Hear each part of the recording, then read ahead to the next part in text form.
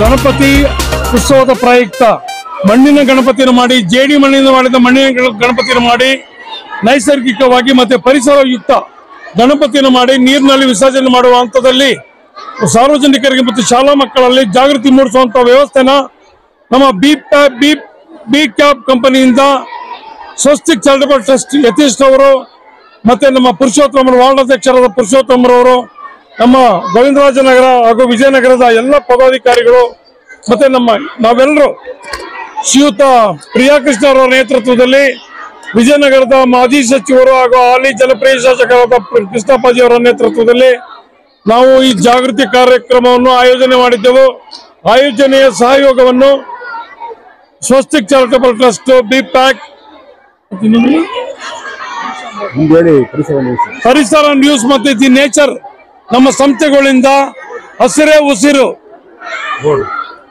ನಾವು ಕೂಡ ಎಲ್ಲ ಮಾಡಿದ್ವು. ಈ ನಾವೆಲ್ಲ ಸಹಯೋಗದಲ್ಲಿ ಕಾರ್ಯಕ್ರಮ ಮಾಡಿದ್ವು.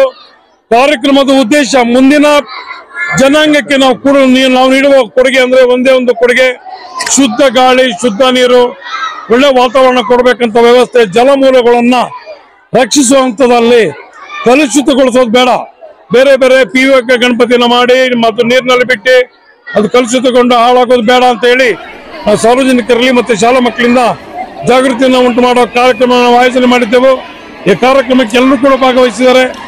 ಅಗ್ರಹಾರದ ಸ್ಥಳೀಯ ವಾರ್ಡಿನ ಸರ್ಕಾರಿ ಶಾಲೆಯ ಮಕ್ಕಳುಗಳು, ಅಧ್ಯಾಪಕರುಗಳು, ನಮ್ಮ ಏನು ಸಹಯೋಗದ ನಮ್ಮ ಕಂಪನಿಗಳು, ಚಾರಿಟಬಲ್ ಟ್ರಸ್ಟ್ ಎಲ್ಲರೂ ಕೂಡ ಸೇರ್ಕೊಂಡು ಈ ಕಾರ್ಯಕ್ರಮ ಆಯೋಜನೆ ಮಾಡಿದ್ದೆವು. ಎಲ್ಲರೂ ಕೂಡ ನಾನು ಧನ್ಯವಾದನ ಹೇಳ್ತೇನೆ. ಜೊತೆಗೆ ಗಣಪತಿ ಹಬ್ಬದ ಶುಭಾಶಯಗಳು ಎಲ್ರಿಗೂ, ನಾಡಿನ ಜನತೆಗೆ, ನಾಡಿನ ಸುಖಕ್ಕಾಗಿ ಮತ್ತೆ ನಾಡಿನ ಸೌಹಾರ್ದತೆಗಾಗಿ ಗಣಪತಿ ಹಬ್ಬದ ಶುಭಾಶಯಗಳನ್ನು ನಾನು ಹೇಳ್ತೇನೆ.